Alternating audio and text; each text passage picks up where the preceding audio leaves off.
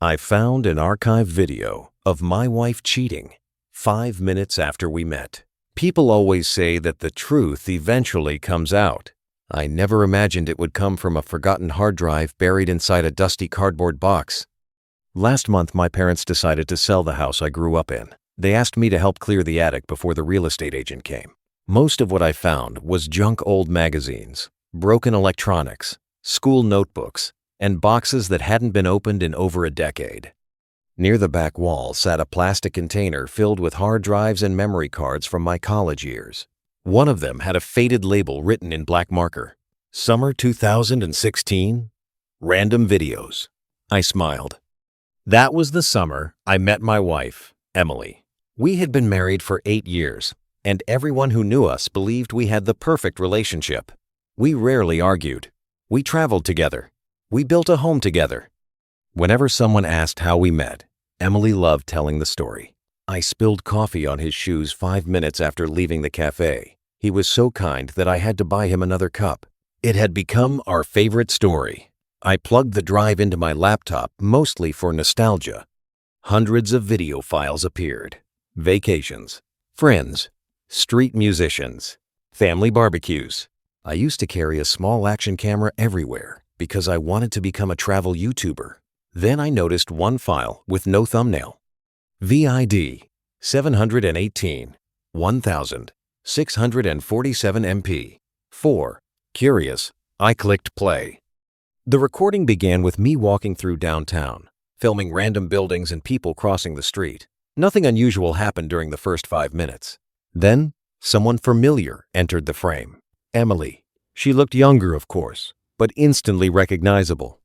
I smiled without thinking. This is the day we met, I whispered. I remembered every detail of that afternoon, or at least I thought I did. Emily wasn't looking toward the camera. She stopped beside a man standing outside a parking garage. He wore sunglasses and a gray jacket. The two hugged, not casually, comfortably. Then he kissed her. I immediately paused the video. There had to be some explanation. Maybe it was an old boyfriend. Maybe they had broken up that very afternoon. I checked the timestamp, 4:52 p.m. Our first conversation began at exactly 4:57. 5 minutes later, my hands suddenly felt cold. I forced myself to continue watching. The man held both of Emily's hands. Although I couldn't hear every word because of traffic, several sentences were perfectly clear. So that's really your decision? Yes. What about us? I'm sorry. You can't seriously leave everything behind. Emily looked away before answering. I already have. The man shook his head in disbelief. You don't even know where you're going. I will. After a few more seconds, she turned and walked toward the main street. The man remained standing beside his car, watching her disappear. The camera followed her only because I happened to be filming in the same direction. Then, the recording became painfully familiar. Emily entered the coffee shop. About a minute later, she walked outside carrying a fresh cup. She looked left, then right, almost as if she were searching for someone. Searching. For me? She spotted me across the sidewalk, walked directly toward me, pretended to lose her balance. The coffee spilled across my shoes. Oh my God. I'm so sorry. Exactly the sentence I had heard hundreds of times whenever we told friends how we met. Except now it didn't feel accidental anymore. It looked rehearsed. The more I watched, the stranger everything became. She smiled before I even spoke. She already seemed relaxed. Almost. Relieved.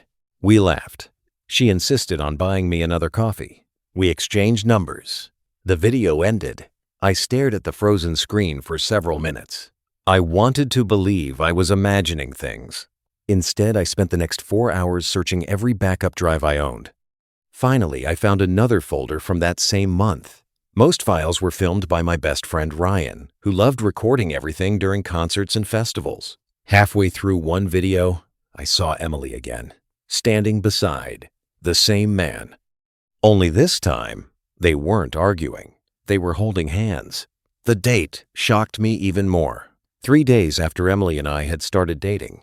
According to everything she had ever told me, she wasn't seeing anyone else. She had promised me that on our second date. Yet here she was, laughing beside another man. When the video ended, I called Ryan immediately. He answered with his usual joke. "What did you break this time? I need to ask you something." I sent him a screenshot. His reply didn't come for almost a minute. Finally, my phone rang. "Dude, who is he?" Ryan sighed. "I honestly thought you knew." "Knew what?" "That guy was always around Emily, before you two became a couple." "Who was he?" "I don't know his name, but people thought they were engaged." The room suddenly became silent. Engaged? That's what everyone assumed. I leaned back in my chair, unable to process what I had just heard. If they were engaged, why did nobody tell me? Ryan hesitated. "Because a few weeks later, she was always with you. We figured they had broken up. And honestly, you looked happier than I'd ever seen you." After hanging up, I replayed the first video again. This time, I noticed something different. The coffee Emily spilled on me came from a cafe on Maple Street. But the kiss had happened nearly 4 blocks away. She hadn't simply walked toward me by coincidence. She had deliberately crossed half the downtown area after leaving that man. Then something else caught my attention. Right before walking toward me, Emily looked across the street. Not randomly, directly at me, as if she already knew exactly who I was. That thought should have been impossible. We had never met before that day, at least. That's what I had believed for the last 8 years. The following morning, I couldn't focus on work. Every email sat unanswered. Every meeting felt meaningless. The only thing I could think about was that look Emily had given me before our so-called accidental meeting. It wasn't surprise. It was recognition.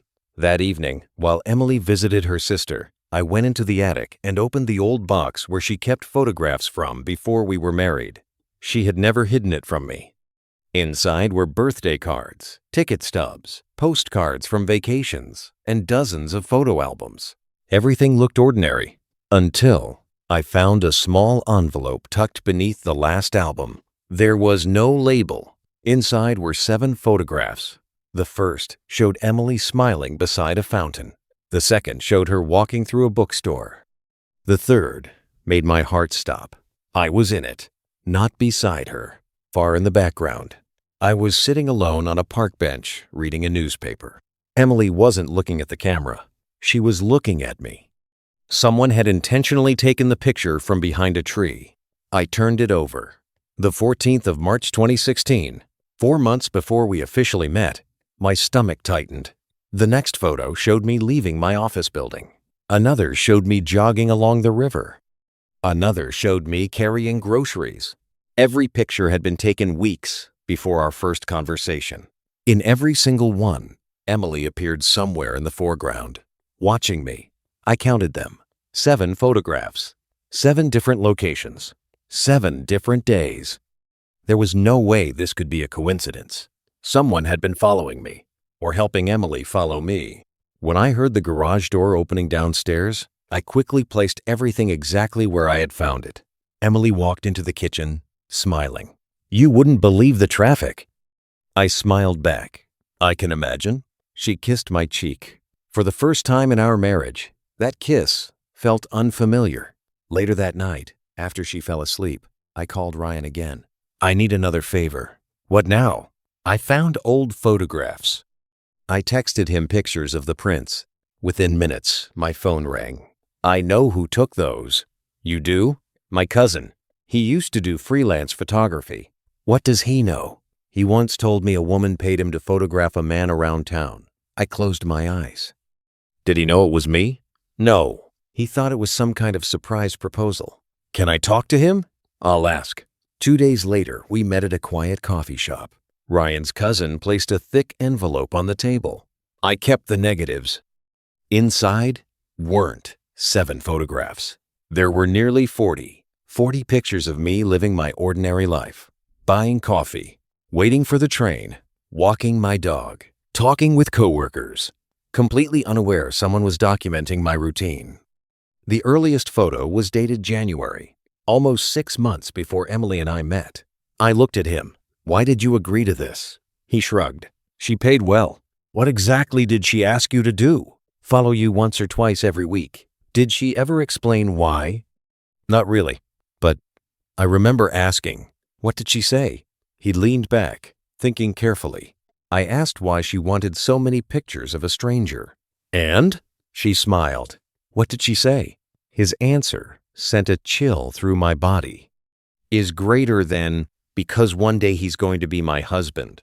I drove home in complete silence. Nothing made sense anymore. When I walked through the front door, Emily was cooking dinner. She smiled exactly as she had on the day we met. "You're home early. We need to talk." She turned off the stove immediately. The smile disappeared. "What happened?" I placed the envelope on the table. One by one, I spread the photographs across the surface. She looked at them, then at me. She didn't even pretend to be surprised. "You found them." Not, "What are these?" Not, "Where did you get them?" Just, "You found them." I stared at her.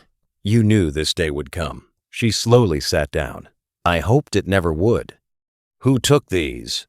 "I hired a photographer." "Why?" She remained silent. "Emily, why were you following me before we met?" She took a long breath. "Because I wanted to know everything about the man I was going to marry." I laughed in disbelief. "That's impossible."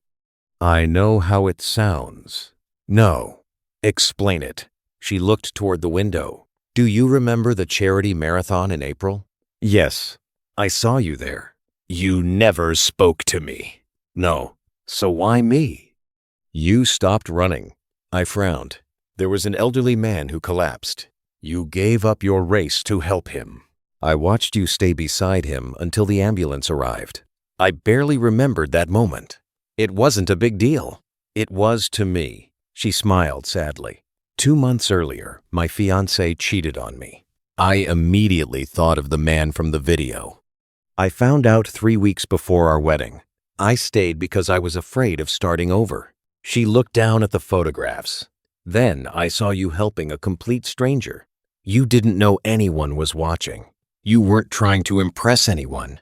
I remember thinking, if a man treats strangers like that, imagine how he'd treat his family. I remained silent. "I couldn't stop thinking about you." "So you hired someone to photograph me?" "At first, yes. I wanted to know if that moment was real, or if I'd imagined who you were." "You watched me for months?" "I never intended to, but every photograph confirmed the same thing. You were kind. You were patient. You smiled at people. You returned shopping carts. You carried heavy bags for elderly women. You bought lunch for a homeless veteran. You never knew anyone was watching." I looked at the table. Those ordinary moments suddenly had witnesses I never knew existed. "So you left your fiancé?" "The day I finally decided to meet you." "The video." She nodded. "I ended it forever. And 5 minutes later, I walked into that coffee shop. You spilled coffee on purpose." "Yes." "You lied for 8 years." "I lied about the accident." She looked directly into my eyes. "But I never lied about loving you." Silence filled the room. Everything she had done before meeting me crossed lines I never imagined. It had been calculated, secretive, unsettling, yet everything after that day had been genuine. 8 years of loyalty. 8 years of love. 8 years without another lie that I could ever find. Finally, I asked the question that mattered most. If you could go back, would you do it again? A tear rolled down her cheek. "No, I would simply walk up to you and say hello." For a long moment, neither of us spoke. The archived video had revealed a hidden chapter of our story. It wasn't the story I believed for 8 years, but it also wasn't the story I feared. Sometimes the truth doesn't destroy a marriage. Sometimes it forces two people to rebuild it on honesty instead of a beautiful coincidence. And for the first time since finding that forgotten hard drive, there were no more secrets left between us.